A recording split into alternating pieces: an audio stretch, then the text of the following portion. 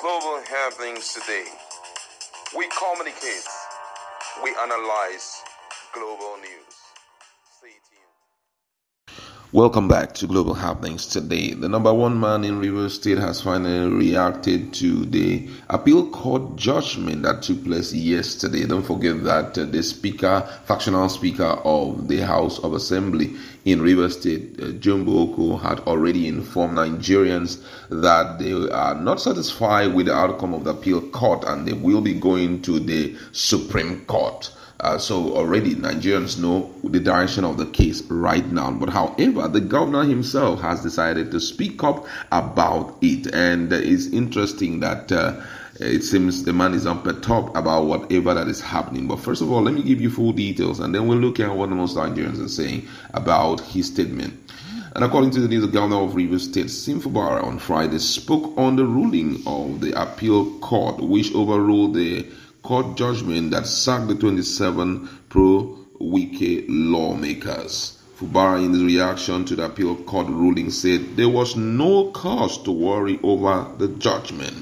The Rivers State governor, who spoke to journalists shortly after an inspection of a project in Khana local government area of Rivers State on Friday, said because God has prepared him a table of blessings in the presence of his enemies, he was not worried over the ruling.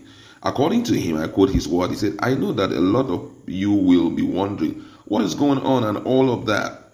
Government has its own challenges." If you go to the book of Psalms chapter 23 verse 5 in the Bible, it says that God prepared a table before you. It can be before anybody, but there is an underlying word that shows me that should be noted there. It said in the presence of your enemy. So it means that nothing comes easy. I want to assure every one of you and the good people of Rivers State that we are not deterred. We have made our promises. We will continue to give you good governance no matter how difficult it is. But like I said before, the worst is over. We are moving on to ensure that we continue to provide what is needed for the development of our state. Governor Fubara, speaking on the project, identified health, education, and agriculture as top priority sectors where his administration will not compromise attention and would do everything possible to ensure optimal services can be accessed by the people. According to him, he says, "We are here today.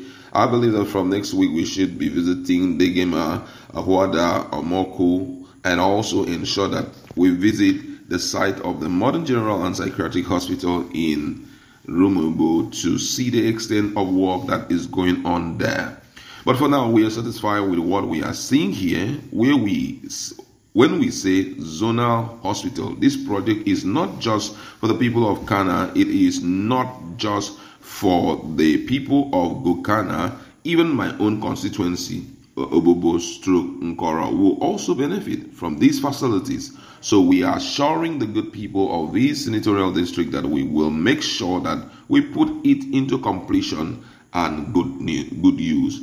Governor Fubara explained that his administration did not meet any functional zonal hospital, stressing that because it wanted quality healthcare facility for the people, funds were released about a month ago for the reconstruction and expansion of 4 zonal hospitals. Interesting.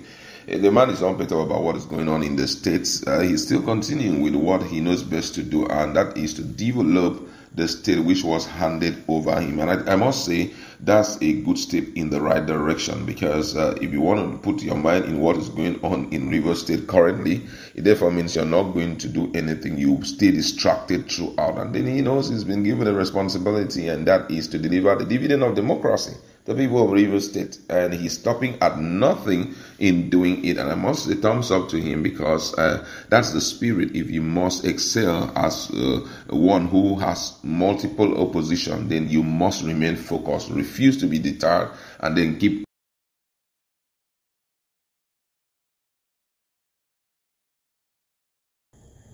Many people believe that he has nothing to say, but I feel that though it may seem as though there is no way out of this situation, considering the fact that Wike already is fully in charge of courts all over Nigeria, because already I see him more like a man who knows what to do. He's controlling the court, so whatever part you want to follow, he'll wait for you in the courtroom. However, we are now familiar that at least, even as we claim Nigeria is practicing, democracy, but we know that what we are seeing here is actually courtocracy, where it's now government by the court, for the court, and with the court. So whatever that it would turn out to be, we are still hopeful that at the end of the day, Fubara will still have to do his 2 terms. You understand? We know that right now it seems that everything is working against him, because the Supreme Court, we are so sure that even though this man has decided, the current speaker has decided to go to Supreme Court, he is in charge of court, and already we have seen myriads of things that he's doing for the judiciary. Fairly recently, I think that was 2 days ago or a day ago, we heard that he is building houses for judiciary in Abuja. So imagine all of that. There is no way those guys can turn their back against him. They will give him whatever he needs. At least he is doing them a great deal of help. But however, we are hopeful that one day, Nigeria will be restored again.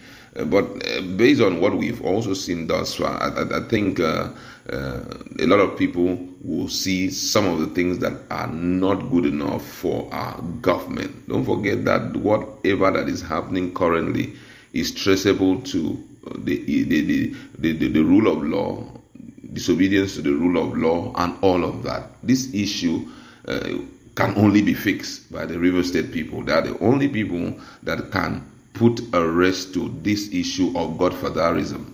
Already, it's very obvious that Wike is winning the fight. It's so obvious that he's carrying the day.